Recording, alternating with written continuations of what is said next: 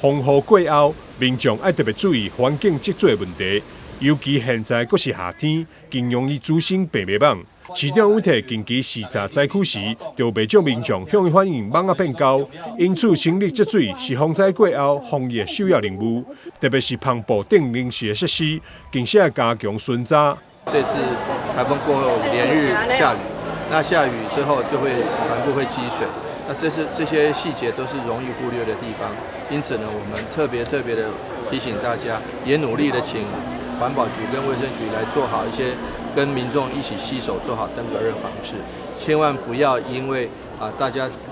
这个灾区复原的工作，结果就因为忽略了积水的部分，引起了登革热流行。因为在风灾后，我们有非常多的环境的废弃物，那很多的这个积水容器所以请大家不要忘了每周至少1次巡倒清刷。那这一次在灾区还有一件非常值得我们关注的事情，就是我们的帆布。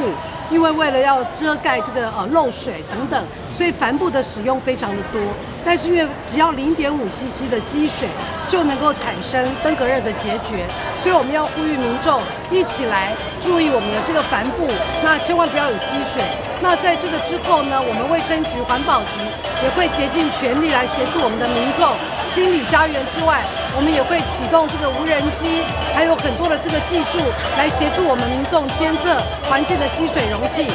疾管署南区分署主任刘惠龙则是提醒，受到风灾影响严重区域，加强防治甲宣导就是相当的重要。邀请民众在大雨了后1礼拜，应该立即进行居家内外巡检、落实巡、倒、清、刷4个步骤，防范天高的疫情在社区内底扩散。台南新闻张秀维采访报道。